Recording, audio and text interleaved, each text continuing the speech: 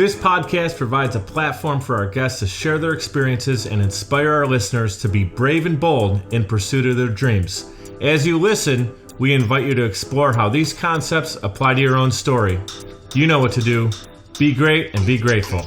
We're mic'd up with Mike DiCioccio. All right, we're here at the SPCA of Erie County with CEO Gary Willoughby. Gary, thank you for being on the show. Really excited for this. Thanks so much for inviting me. And guys, if you're not familiar with Gary, I'm going to rip through his bio real quick. I have some questions prepared. We're recording this the day before Thanksgiving, so just want to say really grateful to be here. Grateful for everyone who's listening right now, and just thank you guys for tuning in. This episode is going to be packed with a lot of value from Gary's story, and it starts right here. Gary serves, as I mentioned, the president and CEO of SPCA Serving Erie County, leading a team of nearly 120 employees and over 1,700 volunteers. Gary joined SPCA in 2016 after leading animal welfare organizations previously in Toledo, Ohio, Aiken, South Carolina, and also volunteering and serving as a board member for animal welfare and organizations in Florida. He has a degree in journalism and communications from the University of Mobile in Alabama, and he also earned a certificate in nonprofit management from the University of Wisconsin-Milwaukee, another in nonprofit management from Harvard Business School of Buffalo, as well as a graduate certificate in Gerontology, am I saying that right? Mm-hmm. And a master's in public administration from Florida Gulf Coast University. In addition to all that, he's also a member of the Association of Animal Welfare Advancement and he's a board member for the New York Animal Protection Federation. Gary previously was a Rotarian in Toledo, Ohio, Aiken, South Carolina, and is a Paul Harris Fellow. Maybe we can get you in at West Seneca too, no pressure there. But here's the scoop, guys. I love all that. I want to talk about your backstory. Reading the bio here, I did some digging on LinkedIn as well. I noticed that the common denominator is a focus on the community you serve and also a love and passion for animal welfare. When did that begin for you?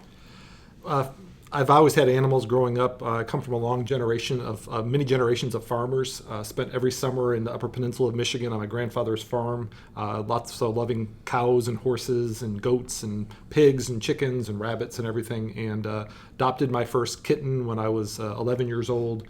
And I always had pets growing up. And right after college, immediately adopted my first animal and started volunteering for that group once I learned more about them. Mm-hmm. So when you're on the farm as a kid, your grandfather, he's given you responsibilities right from a young age, and you start to kind of realize that animals. You just had this connection over time, you feel? Yes, I mean, I learned how to milk a cow when I was 4 or 5 years old, and just loving, collecting the eggs from the chickens every day, and just appreciating the size and the miracle of birth of seeing baby pigs born. Just things you don't think about when you live in the suburbs during the rest of the year. Just that and grabbing those fresh vegetables out of the ground, picking those raspberries out of his bushes. It was just a rewarding experience. Mm-hmm. Now, do you feel like currently, do you have a lot of pets growing up as well? And right now, do you feel that, obviously being here, you're going to see so many animals passing through. So I was thinking about that on my way in. I'm like, how, he sees all these animals coming in for adoption. I was thinking, do you have 47 cats and 52 dogs? How does that work? I've had more when I worked in the South, because again, overpopulation is still a bigger problem down there. So I used to have as many as 4 dogs and 3 cats, plus fostering animals all the time. But I'd say down to 2 little dogs and 1 cat right now. So that's a very manageable level for me. I'm sure your family appreciates it, right? Yes, absolutely. So tell us about your journey to achieve the position of CEO within SPCA. I know that doesn't happen overnight. We saw the bio, or we heard the bio. Sure. Tell us about the progression. Yeah, and it started off, like I said, I adopted a dog right out of college. I was actually working with senior citizens first, so I started working at a retirement community, started volunteering for a local animal welfare group in Florida. I've always been drawn to some of the more vulnerable populations, whether it's working with underprivileged children, working with seniors, people living with disabilities, and obviously animals. And so I've kind of just always had passions and connections in all those areas. And just as I got into management, once I finished grad school, that's when I really decided to make a big change. And as much as I loved working with seniors, I decided animal welfare is where I wanted to put all my attention. That was my volunteer job for many years. I was ready to make a full-time commitment into that. Mm-hmm. Appreciate you sharing that. So what would you say your favorite aspect of wearing the hat of CEO? I mean, that's a big responsibility, but what is your favorite part of it? Yeah, and I love nonprofits in general. I love coaching. I love teaching people. I love to learn from others. So I've had lots of great mentors over my life, and I like to try to mentor other groups of people, whether they're here in my organization or I have friends all around the country and up into Canada as well. That I'm just always a phone call or an email away, solving problems together. Just that's you get the kind of the big high level vision of everything. So I'm involved in every single aspect of the organization. That's exciting to me. Mm-hmm. So you have kind of touch points and checks and balances to make sure things are obviously the grand scope is happening, but you get to see kind of the inside of each department. Absolutely. Which allows you to connect with your team, and then they know Gary's present, Yes. right? Which I can tell just from, again, interacting with a few people up front that when I was looking for you this morning, they were happy that that you were coming out to see me and doing the podcast. So I can tell you have a great team here in place. So what advice would you give to our audience on the steps that it takes to earn that role as CEO? I realize, again, it's not for everyone, but if you can speak to those who are interested in maybe C-level progression, Sure. Something you can give as maybe a takeaway from this, what advice would you give? Sure, and I sought advice from people early on as I considered it, and a lot of it is finding that right balance between education and experience. Again, everybody'd like to be the CEO on day one. That's probably not realistic. Because again, you need those ups and downs, you need those victories and those losses to help learn from that. And so mentorship is really important. So. And we have 8 to 10 fourth-year veterinary students here in a program that come here and spend an entire month with us at a time all year round. I talk a lot about mentorship with them. And what you think you might want at 22 or 25 when you're, like I tell them, I'm much older than that, and I still don't know what I want to do when I grow up totally yet. So you're always learning. But find other people that are in this field and pick their brains, and maybe you'll find out. Like I said, I started off in other fields, and I found myself drawn more and more to animal welfare, and eventually realized this is exactly where I needed to be, and took all those steps between education, mentorship, and getting that experience. And for me, it even required moving around the country a little bit, but I landed right where I needed to be at the right time. Perfect. So you found yourself doing that? Were you picking up the phone and maybe calling mentors in different cities? Didn't always have to be in the same city. So you were practicing what you preach. Absolutely. Awesome. So something that entrepreneurs and business leaders naturally do is overcome adversity. It's inevitable. It's going to happen, right? So tell us about a time or a moment when you had to overcome adversity and how that made you stronger. Sure, and there's been lots of times that I've had adversity. You might have, it could be key staff members leaving and having a big void. There was in my last organization in Toledo, there was a big misunderstanding with a national group about a traveling circus that came through our town, and they were upset that we didn't do something about elephants that were in our town for one day, and they decided to attack our organization. And I, for the first time in my life, received over 50,000 emails from all around the world, a number of death threats and a few other things that were very disturbing as I dove more deeply into it and actually started making some phone calls to people who had placed death threats to me, even talked to folks in London, England, all around the world, and actually was able to overcome those negative first impressions about what they read on Facebook, and it was able to turn it into something very positive. They were excited that actually somebody took the time to respond back to them and actually hear their side. Yeah, and it would have been easier just to disregard it and hit the delete button and just pretend like it never happened. Yeah. But I wanted to dive more deeply. Even found out that where the circus came from out of Oklahoma. Talked to the general manager on the phone, learned more about it. Just tried to do my research. So obviously somebody was upset about something. I didn't want to just poo-poo it and dismiss it. Yeah. So, but it was a tough few weeks for us in the organization, for myself and some of my officers. But again, we overcame it, educated a lot of people, and I'm still alive, so the death threats didn't work. So well, that's good. Wow. So you're waking up that day, you're thinking standard operating procedure, and all of a sudden, there's a circus in town, there's an elephant, and there's people who want your head. Yeah, and there's because we didn't somehow seize the elephant from them and bring it to our shelter. I didn't really have room for it anyways, but they just didn't like the idea of an animal being used that way. And more of the circuses now are actually getting away from that type of work, which is, again, personally, I'd like to see elephants in their natural habitat and not I'm with you there. that type of thing. So, but it's it's the passion of something that bothers that emotion that sometimes in our field is very emotion driven, and so people respond. They want to protect animals. They get very upset. So the logic part of our brain sometimes isn't always functioning at the time when our emotion takes over. An emotional decision over the logical one. So I'm actually jumping the next question because we're kind of that story ties right into this. So maybe this is it. Maybe there is another one. Who knows? You've been doing this for a while, so. Tell us the craziest story, if that's not it already, since joining SPCA. So, any other exotic animals coming through your office, or any, coyotes mistaken as dogs, like in the famous meme you were telling us about that? Yeah, and I mean, we did earlier this year have an alligator in our shelter for a little while, so that somebody thought was a good idea to sneak in as a pet. That was here in Buffalo? That was here in Buffalo pretty recently. We've had more recently even some pythons and other illegal snakes that were somebody in the South Towns had that thought was a good idea. I think they were trying to sell them online, and so our chief cruelty officer had to go down there. He's an expert in those types of animals. Went down there and helped some of the state agencies get those into better situations, going to zoos and other places where they belong. So anything that, what I always say is anything anybody could legally own as a pet will come to the SPCA for adoption over time. But then everything that they shouldn't own as a pet, but they still think it's a good idea, also may end up at the SPCA when their neighbor or their family member lets us know that they acquired something they shouldn't have. What if someone out there hears this and maybe they've seen something like, it sounds crazy to say it, but an alligator or, a python or something that just doesn't, maybe there's a small child in the home and they see someone coming home in a crazy situation like that. And they want to do something. Would they simply call you, or is there a team that can investigate it? If you can talk to our audience right now, how can you help? What can you do in that situation? Sure, and all of our contact information is on yourspca.org, which is our website, and so you can turn in requests for even what we call a wellness check. If you're just concerned about something, we can go there and check on it, whether you think there's an animal that's living in a dangerous situation.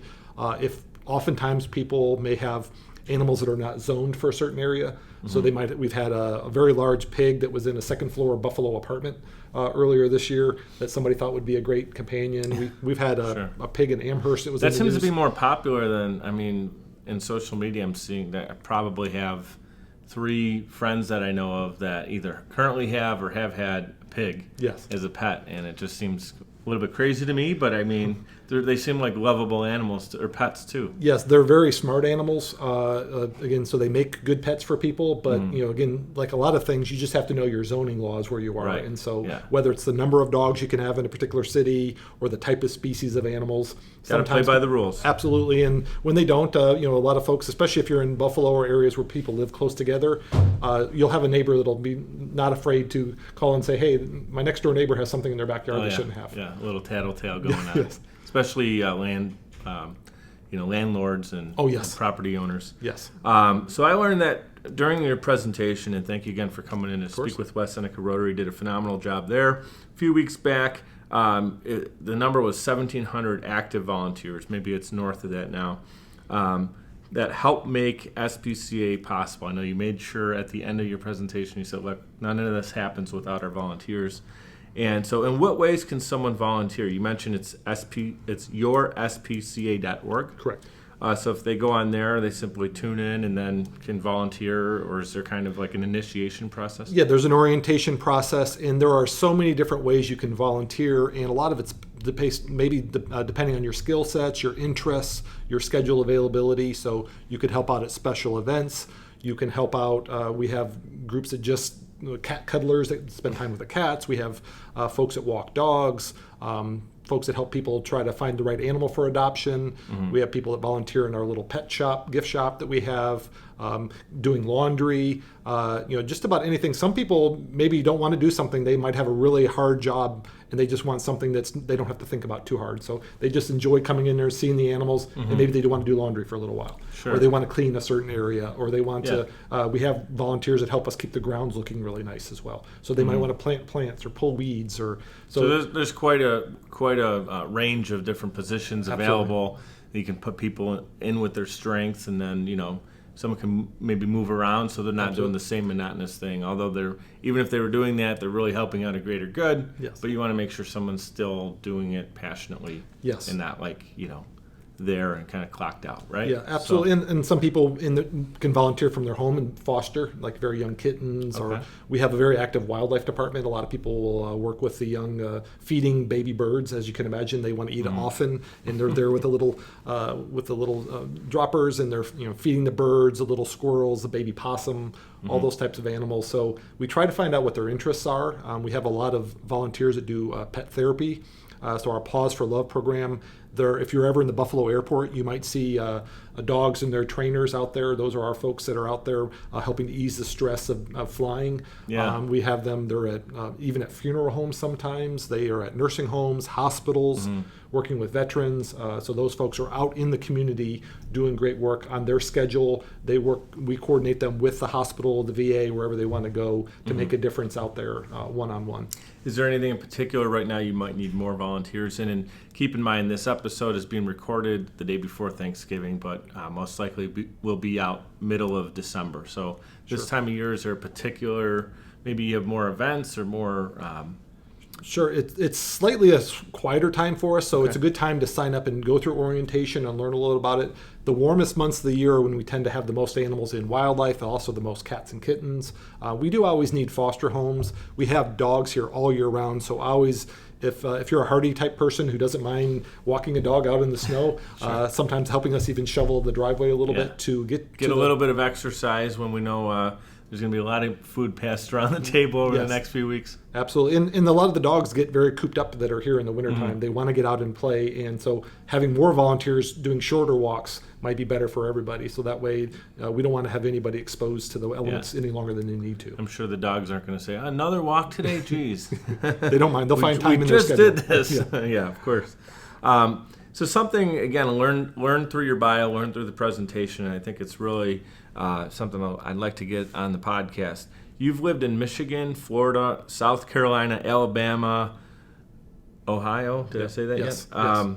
Yes to all the above, and obviously upstate New York. Yes. I want to make sure if someone's listening to this, when we say New York, we're talking upstate. Let people think the city. Yes. So that's quite a range. Did I miss anything? I was briefly also in Rhode Island for a few months, many years ago. So I don't want to put you on the spot here, but can you share a little bit about the heart of Western New York, what it means to you, why you planted yourself and your family here? Sure. And then maybe talk a little bit about the other places you've been and put it in a perspective. Sure. And one of the easiest calls for me is when I was recruited to come here a few years ago to help oversee the construction of this new facility and to run this organization was my wife was born and raised here. So she grew up in North Tonawanda. Her parents, Niagara Falls, and her dad worked in Buffalo for many years. And so they had long ties. We met in Florida. Her parents moved down there to, like a lot of folks do, to enjoy a different climate. But I always enjoyed the change of seasons, and so I've been married for 29 years to my wife. Congratulations! So, thank you. And so I've been talking to her for many years about moving back up north. So either to Michigan, where I'm from originally, or so you initiated. You guys met in Florida, and her family was here, but you initiated coming up. Well, they had all just relocated to Florida at the same time. So so my wife and I met in college down there, and I told her I'd been wanting to move back up north for many years. So and it's tough because again we're both close to our family, and most of our family lives in Florida. But I love the change of seasons. I like the diversity in even the geography in Western New York. As I didn't really know as much about it until I got here. Living in Toledo, everything's pretty flat, and you really have to get into very northern Michigan before you start to see ski resorts and big changes of scenery. Here in Buffalo, I live in Springville. I live in a higher elevation. Snowmobile trails everywhere. I mean, I live on several acres. It's lots of deer, lots of wildlife. It's just a beautiful area. but you can also enjoy the city of Buffalo, get into Canada quickly. So we have so much fun exploring every weekend all around the place. I think something people that live in larger cities have a hard time understanding is, you live in one of the suburbs outside the city of Buffalo. You can almost get anywhere within 20 minutes. I mean, yes. you go all the way north, all the way south. You're talking maybe a 45-minute yes. commute.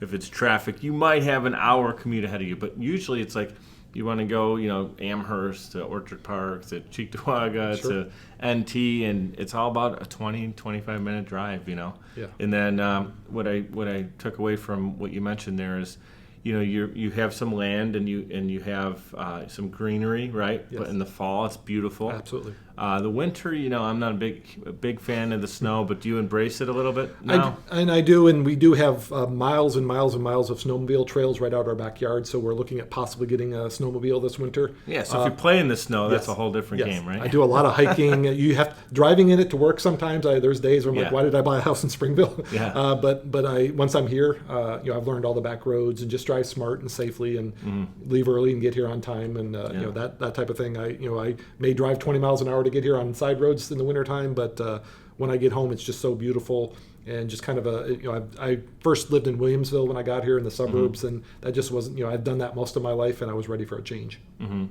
Do you have children? I do not. Okay, I was going to say, because I know a lot of people also talk about the schools here and things like that too. You said your wife grew up in this area. Yes.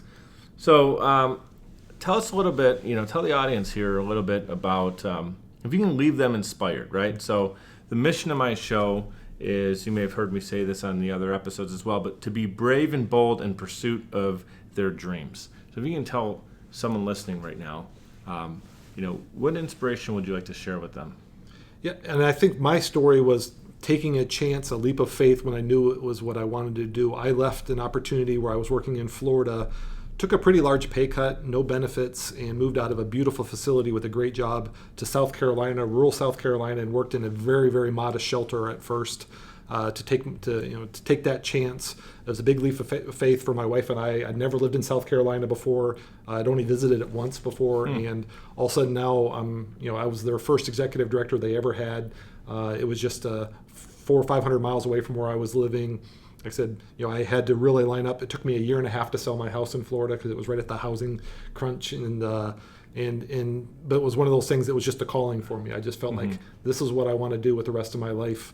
And I want to do this now. And there's never going to be a perfect time. There's never going to be a perfect opportunity. You always have to have that leap of faith. So if you find your passion, for me, nonprofits were my passion. If you find your passion, do your homework, line yourself up just right, but then don't be afraid to jump in with both feet.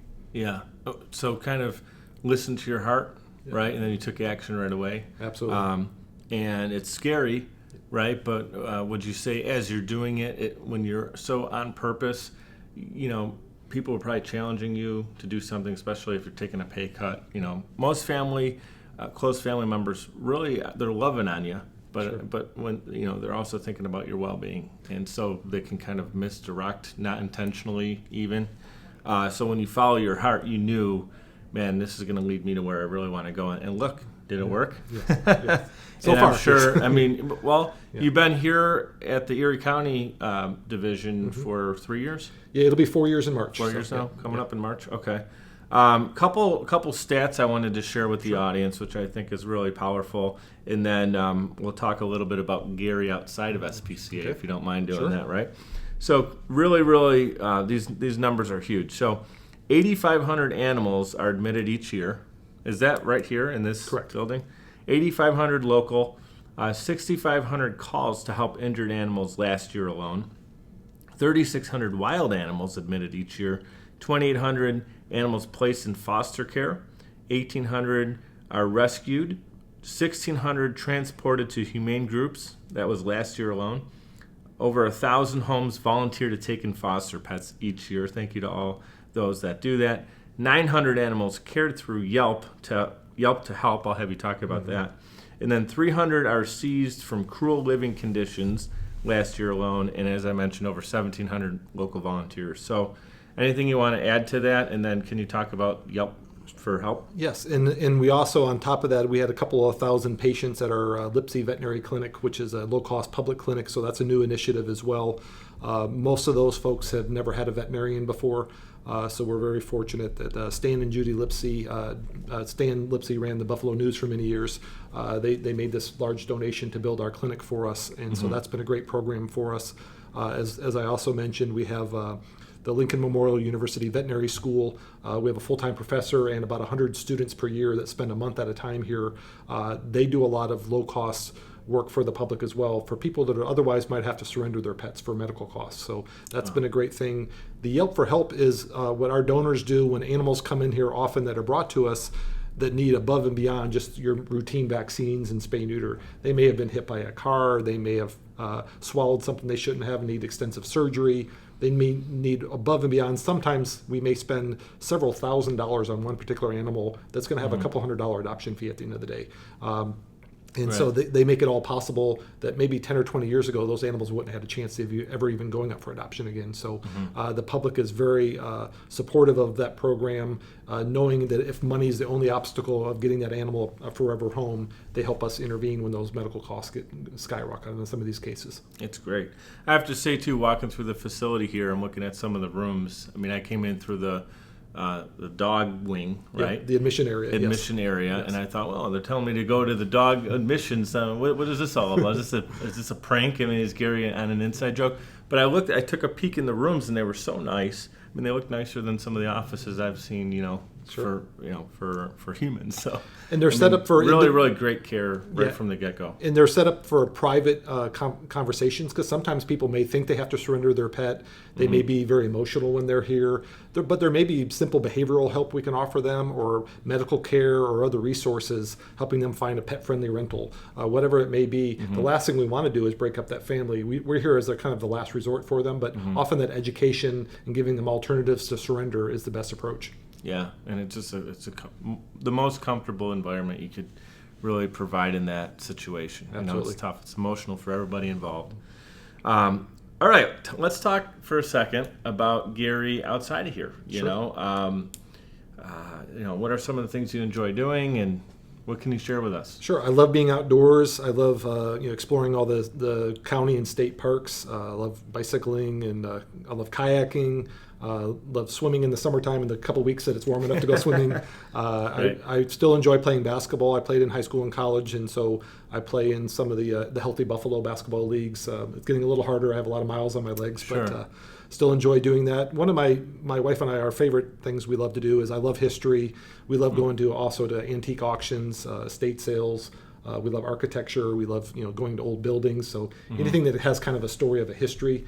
And just seeing things that people collected, or those types of things. I noticed that in your office you had a lot of antiques around and really cool story. What's your favorite collectible? Right now, I'm really into old electronics, so I have a lot of old TVs, old radios, record players. Cool. I'm looking for some old microphones. You want a little bit older than this. I have some old drive-in speakers, things like that. Cool. Just anything, movie projectors. Anything that's around, that type of stuff. I have my eyes on some really neat TVs that were around long before I was ever a thought. But just interesting to see how we've evolved over time. Some of the old radios and TVs were pieces of art. They weren't necessarily just mass produced like we have now. They were just there it is, to kind of enhance your living room experience. Right. That's really cool. We can talk about that off camera. What are you looking forward to most over the next couple of weeks? It's Christmas time, a lot of family. Are you going down to Florida? Are you getting out of here for a little bit? I probably won't. Both my mom and my mother-in-law both live in Florida, and they both share the same birthday. Not the same year, but so we typically try to go down there in January, at the end of January, get a break from the snow for a little while and go down and see them. So that'll be a nice experience. Love to really, like I said, as the snow starts coming down, I love driving around Western New York, and that's the nice thing about up north is the same road could look very different in the summer versus the fall versus the winter. So exploring, I like watching people, walking on the frozen over lakes, and if maybe they're if they're out there cross country skiing on Chautauqua Lake or something like that, or snowmobiling somewhere else, going out there and just viewing the outdoors. We go to Niagara Falls on Christmas Day every year. Oh, really? That's something we enjoy, seeing people from all over the world. Yeah. It's just, you can get in there and walk around. It's a little chilly, but do they have it like Christmas color, like the red and green falls? Yes, oh, that's cool. And there's still lots and lots of people out there, and so it's just a fun experience just to go out there and see people from all over the world. And so that's kind of our annual thing. We spend a few hours at Niagara Falls every Christmas. Beautiful. Well, any last words you'd like to share with the audience here?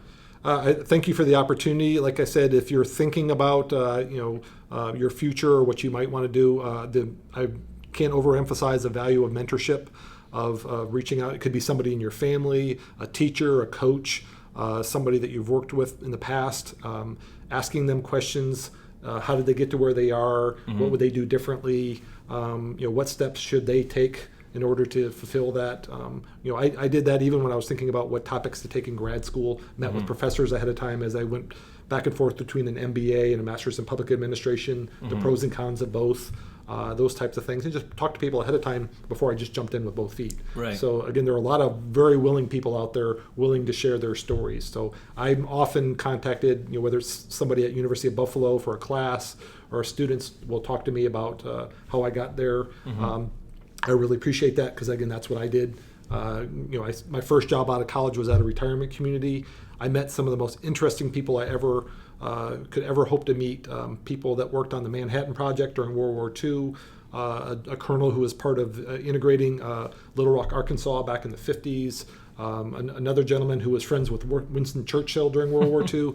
Some of the most interesting people I'd never otherwise would have met. You just got your notepad ready. Yeah, just pick their brain every day. Just you might be 90 years old and I was 23. Sure. But I was a sponge. I wanted to learn from them, and I still remember those stories of people that have been gone now for 25 years. Amazing. They had that impact on my life. Yeah. So you'd say that was probably the number one attribute to your level of success, was being a sponge to mentors and reaching out to almost anybody, any field that you felt you can benefit from the information that they have. Because that's the thing, it's shared experiences. Absolutely. So that 90-year-old, you're 23, he's thinking, why is this guy going to try to connect with me? But you're thinking, this guy knows a lot more than I do, and if I can learn from the good and in some way replicate it, or learn from maybe the bad, absolutely, and just everything in between. It makes you human. Every human being you ever meet knows something that you don't know. You can learn something from them. So that's great. So just trying to find that, what is that nugget of information you can get from that person, and what can you share with them? Maybe you can make their life a little better along the way as well. That's phenomenal. I do have to ask. I know I butchered it in the bio. Gerontology. I looked that up last night because I did not know. Maybe it's just me being sheltered in some ways here, but. So that was something that you were studying in school, and then you kind of took the turn into animal welfare, right? You never know what life's going to bring you. But is that something, you just talked about a lot of mentorships and people of all different ages. Is that something that, like, studying people as they progress, was that always an interest to you? Or? Yeah, and my grandparents actually ran a mobile home community for seniors when I was a very young kid in Florida. So one of my first friends, I remember a gentleman named Mr. Chambers when I was about 6 years old. I'd go and hang out with him, and he was born in, I think, 1883. It was one of the neatest guys I ever met, and he let me ride his little exercise bike in his trailer, and we would talk quite a bit about a lot of different things, and play shuffleboard with him. And so at the time when I was studying gerontology, I was working managing Meals on Wheels programs and senior centers, and so. But I also, even in that world, I helped with design a program for pet therapy certification for people who wanted to train their dogs to work in nursing homes. So even that, when I was studying that, the impact of animals on the health of older people was something that was an interest to me. So I was looking at it both on the human services side, but also the animals never were far out of my mind. Kind of connected the two together. Absolutely. Yeah. So you felt you're still in some way still doing that, Absolutely. And those animals are, for some people, maybe their only reason for getting them out of bed in the morning. We have a lot of people living alone. That depression, physical ailments, things that are affecting them. Yeah, if they have that dog or cat that's counting on them, they're going to get out of bed and they're going to take care of them. Yeah, that's amazing, right? And it goes both ways. The dog or cat has someone to play with. Absolutely, and someone to love on as well. Absolutely. And I had a cat, and I remember coming home from work, and she's kind of more of like a lap dog, like. Some cats, they're always skittish and they're hiding under. Like this cat, her name was Rosie, or is Rosie. She would come greet you, come sit up. She loves jeans. You sit down and she would just warm you up there for hours, and just love the attention. Absolutely. And so, but I know that connection. It's look forward to that moment. It's Absolutely. just kick your feet up and you can feel the animal loving you. Yeah, You know, it's no matter really what kind of cool day you thing. had, they don't care. If you had a bad day or a good day, they're happy to see you every Yeah. time. They, when I came back from my conference in Houston, my animals acted like I'd been gone 6 months, and they were just all over me. Didn't want me to put down my suitcase or anything until I started petting them. So I mean that's that helps you no matter what your day was. They don't care what you make. They don't care what your title is. They don't care if you're old or young, if you're fat or skinny, or tall or short, or they don't judge you whatsoever. Isn't it amazing? What can we learn from that? What can we learn from that, right? Yeah. If that's how an animal is innocently loving somebody, what can we learn from that? Yeah, Maybe we need to start thinking about the way we love someone is not the paycheck that they earn or the house they earn, or the car they drive. It's what they're actually doing to show you the love. Yeah, absolutely. Something that's really cool. My sister and brother-in-law have a mini golden doodle, cutest little dog, Penny. And every time I see her, I give her. She gets that couple initial seconds of energy. So when she hears my voice, I'm a play toy basically. Yes. So they're always like, well, she wants to play with us once in a while, but she hears Uncle Mike, and it's playtime. Yes. It's how she hears my voice. So I know what you're talking about, and it's just it's a special moment you have with your pets. Absolutely. So again, thank you for doing this. Thank you for being here, guys. I know you're here in this middle of December, so we're going to say Happy Holidays, Happy Thanksgiving, and Merry Christmas, and guys, Happy New Year as well. Really looking forward to connecting with SPCA right here in Erie County. And even myself, getting volunteers your way, maybe even myself doing that. And really wish you guys a great season going into the new year. And thank you again. Thank you very much. Appreciate it. Thank you. Cool. Hey guys, this is Mike, and I wanted to personally thank you for tuning in, for being part of my journey. Together we can make a positive impact in the world. Gary's message about seeking mentorship is a great reminder. A mentor can be a teacher, a coach, a family member, an experienced coworker. Seek out a mentor in the field you're looking to advance in. As Gary mentions, he simply picked up the phone and started making connections. You can do this through your local networking meetings, internally at your company, or even more powerful in my opinion, within your industry. Seek out the people who are where you'd like to be, give them a call. Shoot them a message on LinkedIn or send them an email. I bet you more people would be honored you're seeking their advice than would actually give you the cold shoulder. Be brave and bold in pursuit of your dreams. Another big takeaway from this episode, what can we learn from the unconditional love that our pets give us? They don't judge our flaws. They love us for the connection and companionship. They don't care what our title is, if we're old or young, rich or struggling. They show us love based on how we make them feel. And that really made me stop and think. Let's program our response to be genuine like our pets. Think about having that level of happiness when we're around our family and our friends. Genuinely happy and grateful with no reservations. A shout out to everyone who's been tuning in. I love reading your feedback and appreciate the reviews on Apple Podcasts, Google Podcasts, and the messages that have been coming in on social media as well. I love you guys. Thank you so much for making this journey as much fun as it's been so far.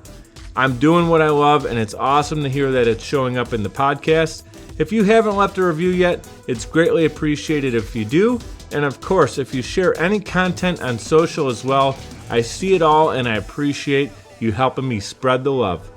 You can check out more show notes and information at mikeduppodcast.com, MIKED uppodcast.com, powered by Social Chameleon. You know what to do. Be great and be grateful.